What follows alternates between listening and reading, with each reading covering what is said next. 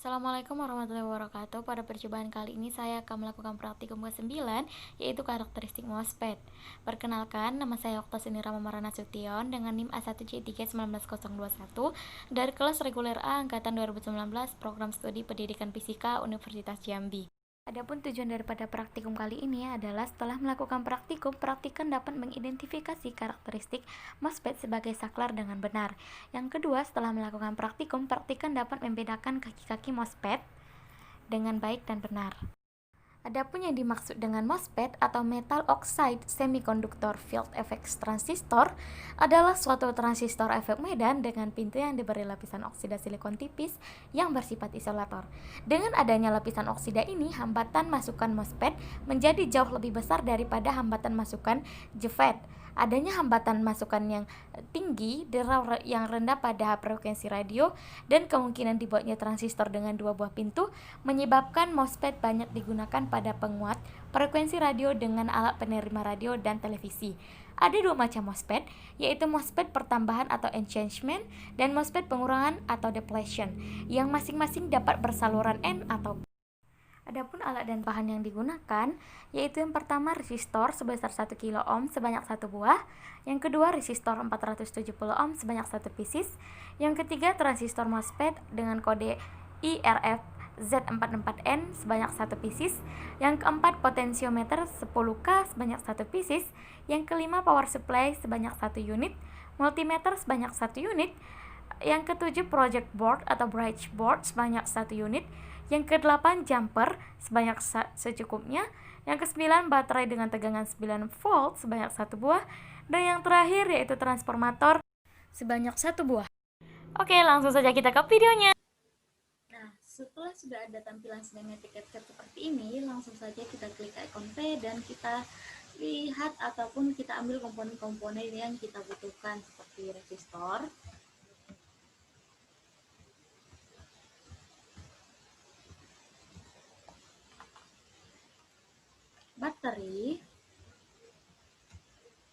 baterai, kemudian kita juga membutuhkan yang namanya LED yellow.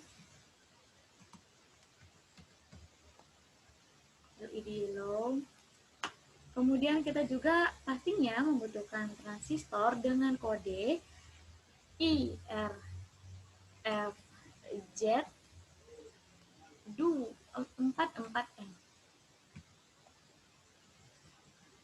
Tampilan ini. Oke, kemudian nanti juga kita membutuhkan power supply DC, ground, alat ukur DC ammeter dan DC voltmeter. Kita ambil dulu power supply DC-nya.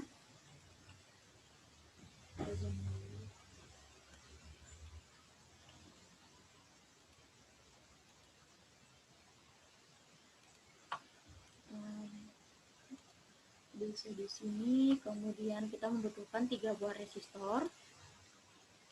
Di sini untuk resistor pertamanya di sini, resistor keduanya di sini, dan resistor ketiganya di sini. Kemudian kita juga membutuhkan LED yellow yang berada di bawah resistor kedua, kemudian transistornya berada di bawah LED yellow, yang di antara mereka kita harus meletakkan alat ukur yaitu DC ammeter. Dan seperti ini. Seperti itu. Dan kita hubungkan. Kita juga membutuhkan baterai. Tersedia di sini. Dan terakhir yaitu alat ukur DC voltmeter.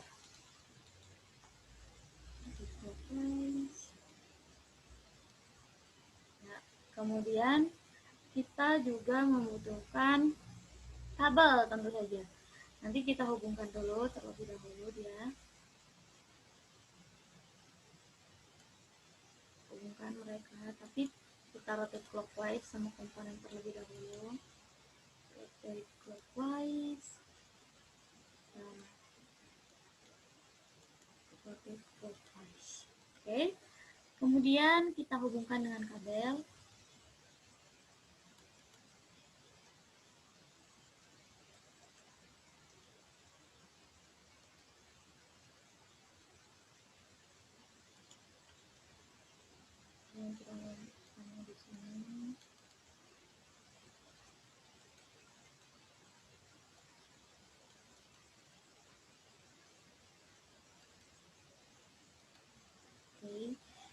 hubungkan saja ke sini terlebih dahulu, kemudian ke sini. Sudah seperti ini, kita naikkan sedikit ya. Oke. Kemudian kita hubungkan LED yellow-nya. Kita hubungkan R2-nya ke sini, ke baterai. Kemudian baterai ke voltmeter dan nanti ke ground. Oke. Kita hubungkan mereka.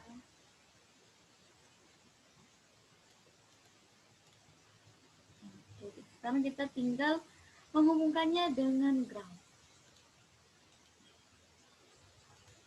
Ground dan ground.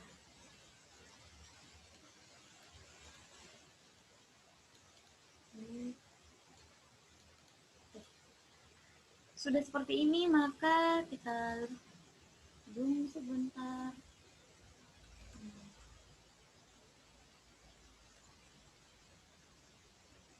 Oke. Sudah seperti ini, kita ubah dia satuan untuk miliampermeternya menjadi miliampere. Dan kita ubah tegangan inputnya menjadi sebentar.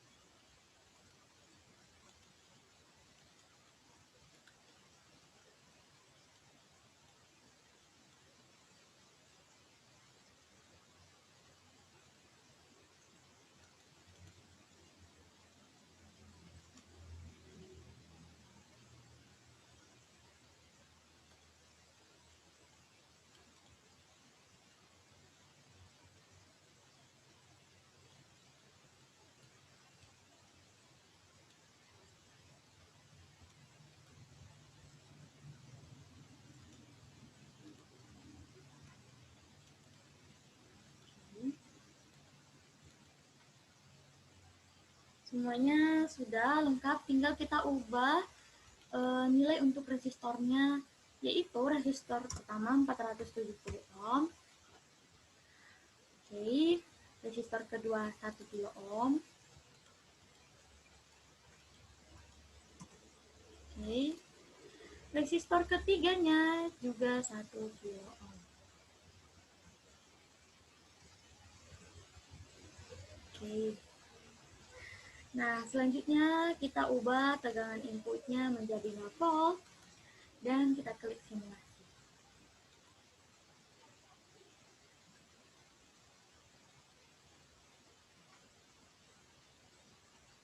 Nah, dapat kita lihat arus yang mengalir yaitu di positif 0,00 mA dengan tegangan outputnya di positif 9,00 dengan LED yang tidak menyala. Kita stop kembali dan kita ganti tegangannya menjadi 1 volt. 1 volt dan kita klik simulasi. Nah, di sini kita dapat melihat arusnya di 0,00 mA dengan LED yang masih belum menyala dan tegangan outputnya di positif 8,00 volt. Kita stop dan kita ubah tegangan inputnya kembali menjadi 2 volt. Kita klik simulasi dan kita lihat hasilnya. Nah, di sini kita melihat arus yang mengalir di 0,00 mA dengan LED yang masih belum menyala dan tegangan outputnya di positif 7,00 volt. Nah, kita ubah lagi dia menjadi 3 volt tegangan inputnya dan kita klik simulasi kembali. Nah, di sini kita dapat melihat arus yang mengalir di positif 0,00 mA dengan LED yang masih belum menyala dan tegangan outputnya di positif 6,00 volt. Kita stop dan kita ubah kembali dia di tegangan inputnya 4,5 volt. Kita klik simulasi dan kita lihat hasilnya. Nah, di sini kita sudah dapat memperoleh arusnya di positif 1,57 dengan LED yang menyala namun masih dalam keadaan redup. Adapun dia tegangan outputnya di positif 5,24 volts. Kita stop dan kita ubah kembali tegangannya ke 5 volt. Tegangan inputnya 5 volt dan kita klik simulasi kembali. Nah, di sini LED-nya sudah lebih terang dengan watt arus yang mengalir di positif 1,91 mA dengan tegangan outputnya di positif 4,90. Kita stop dan kita klik, kita ubah kembali nilainya di tegangan 8 volt. Nilai tegangan inputnya 8 volt dan kita klik simulasi kembali. Nah, dia arus yang mengalir di positif 3,94 mA dengan LED yang menyala lebih terang daripada sebelumnya dengan tegangan outputnya di positif 2,85 dan kita stop simulasinya dan kita ubah dia untuk yang terakhir di tegangan input 12 volt. 12 volt dan kita klik simulasi dan kita lihat. Nah, di sini arus yang mengalir positif 6,66 mA dengan LED yang menyala lebih terang. Adapun dengan tegangan outputnya di positif 0,13 volt. Setelah melakukan praktikum ini dapat kita tarik kesimpulannya. Makin tinggi tegangan input, maka makin besar arus dan output yang dikeluarkannya akan semakin kecil. Dan LED yang menyala, jika makin besar tegangan inputnya, maka nyala LED pun akan makin cerah ataupun makin terang. Cukup sekian video pada kesempatan kali ini.